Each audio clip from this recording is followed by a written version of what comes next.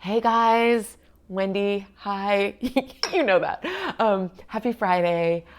Oh God, I just want to start by saying thank you so much for being here in this group. I'm just so appreciating and loving the conversation that's happening and the engagement. It's such a pleasure for me to have a community of photographers who are so excited and passionate about a subject that I think you all know I'm pretty passionate about. I wanted to jump on today, Friday, and make a really quick bonus Friday Q&A for you and address three questions that have come up this week. So this is going to be a shorter Q&A, but I wanted to address these three questions. One from Caroline Estrada that just popped up this morning about what I look for in a hair and makeup artist. I want to address this question that Michael Jackson asked about the difference between him trying to understand what personal branding photography was and distinguishing it from these other styles. And the third question I want to address today is this question that Carrie had about stories, like what makes a story and how to be clear with your clients so it doesn't feel gray or fuzzy. So I want to talk about those three, and then on Monday, I'm going to come back on here and I'm going to share a video with you guys about some questions that have been coming up about. Hannah asked this great question about PR agencies, working with PR agencies versus clients. Carrie asked a couple of great questions about branding.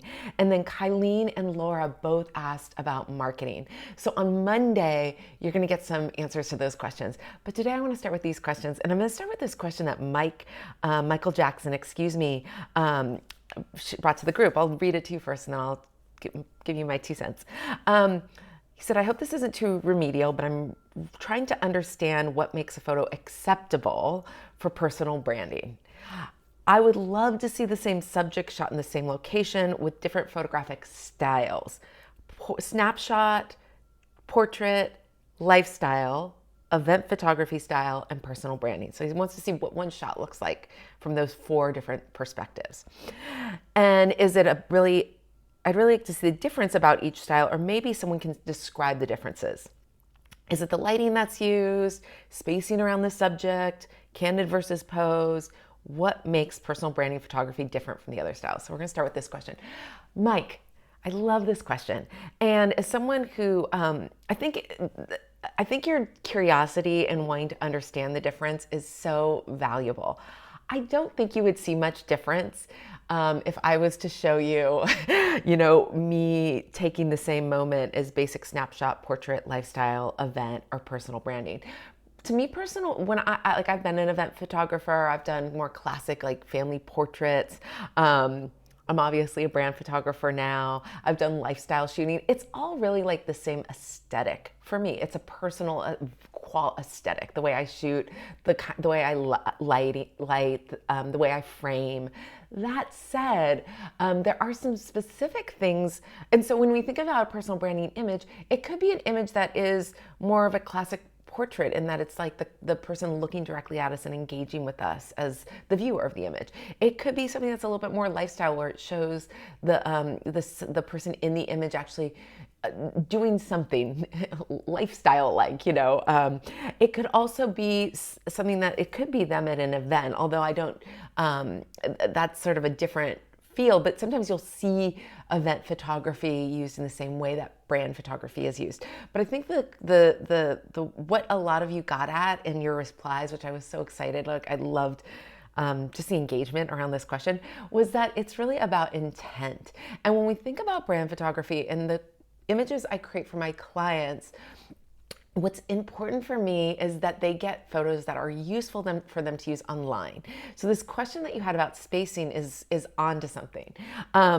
It typically there's maybe like 3 ways that clients are using my images, 3 or 4 ways that clients are using my images online. They've got a website and they need banner images.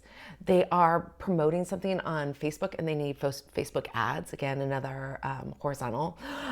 They are using their images for some kind of a launch, or they're using them as a headshot for either maybe a book or like an author's photo, or they want to update their LinkedIn or their Facebook photos, in which case they need something that's essentially square but then can be made round. Or they're using them on Instagram, which again is typically we want square Occasionally, vertical works well for Instagram. I like a good vertical shot in Insta every once in a while. But it's more about that intentionality and being deliberate about capturing them in a way that's useful for them. When a client's using images for either a banner for a website or a Facebook ad, we want to be really deliberate. And it could be a lifestyle, it could be them journaling, it could be a portrait where they're looking at the camera, it could even be an image where they're on stage. But the important thing is there's actually room to one side or the other side for to include text. This environment would be too busy really for that kind of a shot. I mean, there's some lightness over here, but not so much. It would be tough to put text over this and have it not feel distracted by what's behind. So what you want to be deliberate about doing is getting some of your shots to have that kind of layout.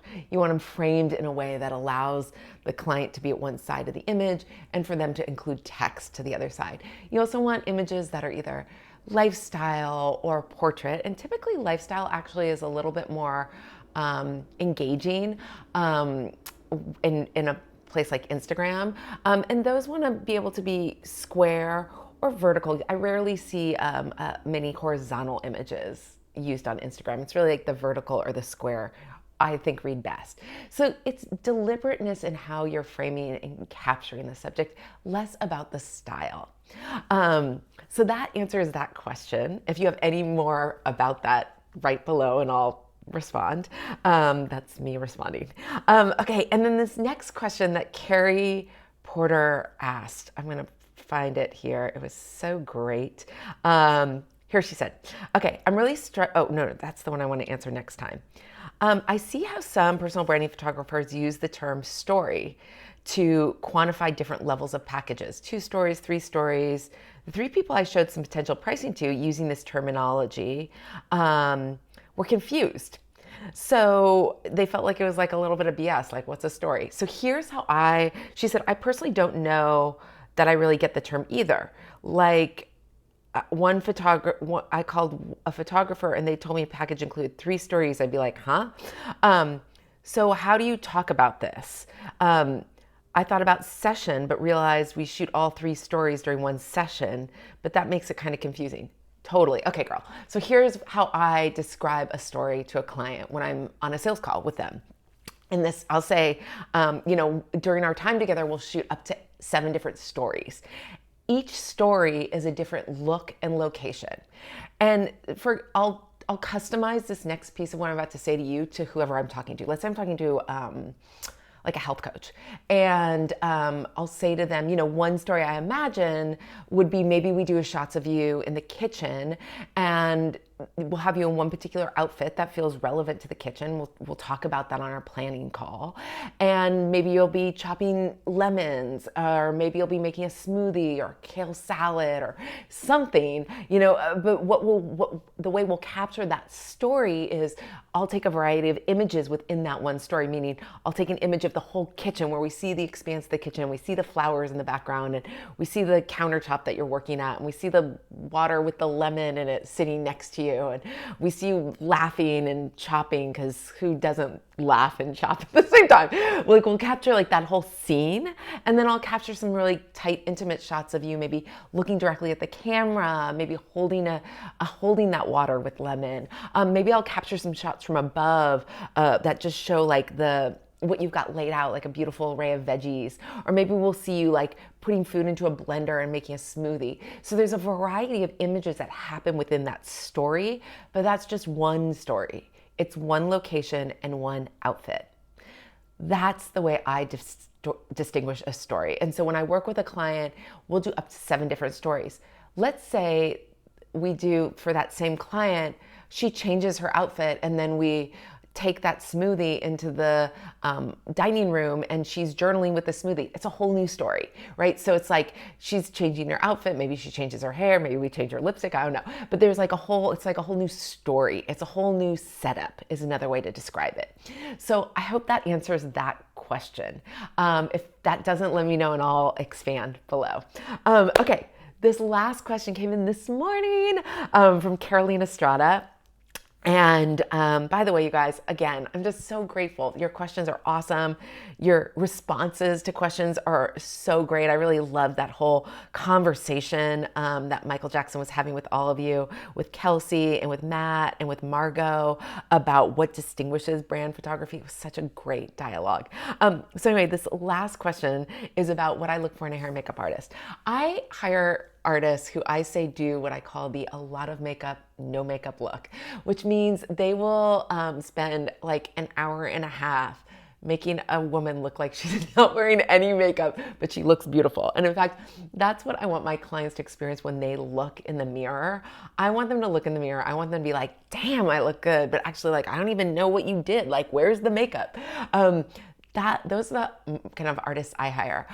Some of my artists do airbrush, some don't. I don't think it necessarily makes for better or not better. I don't think that distinguishes it. It's really the quality of the artist. And so we really are deliberate about when we're hiring artists that aren't a part of my already team. I have a few who are part of my team and travel with me sometimes, which is amazing.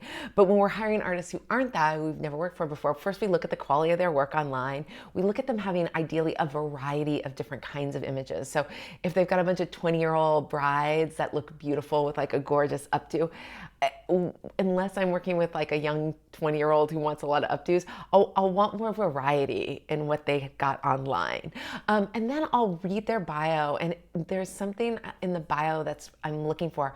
I want to feel that they are positive and that they're going to contribute to the experience in the client in a way that has the client feel great, not only in their hair and makeup, but also just in the energy that they bring to the day and the shoot. This is so important to me because they're with us all day and it can make a big difference in the experience that the client has. So I check to make sure that they're going to be a positive contribution to the day. I also want to work with an artist who's really willing to get what the client wants and totally cool with making changes if the client doesn't like something about what they've done, that they have the facility and mastery to actually change it. If when the client looks in the mirror, they're like, oh no, this is way more curl than wave. I want that artist to be able to be like, no problem, we got this, and just boop, boop, boop. And then they look back in the mirror and they're like, oh yeah, that's it. That's what I was talking about. We want someone who actually can hear the client and respond to their wishes. I always like to have one artist do both. It's a rare occasion when I'll have two artists and it's really like, I can't remember the last time I've had to do that. I like having one artist with us for the day. It's the dynamic of the group. It's also like we're going to be together all day. So it's like traveling, especially if we've got a car with a driver.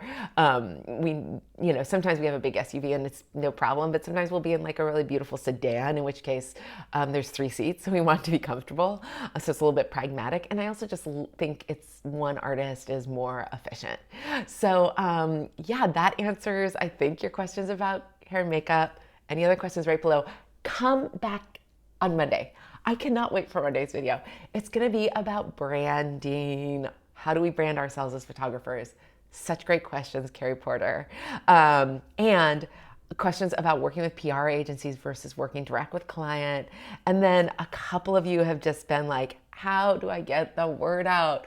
Market. How do I market? So I'm going to answer those 3 on Monday, and I can't wait to see you. Have an amazing, beautiful Friday. Have a great weekend. Again, from my heart, thank you so much for being here. Bye, loves.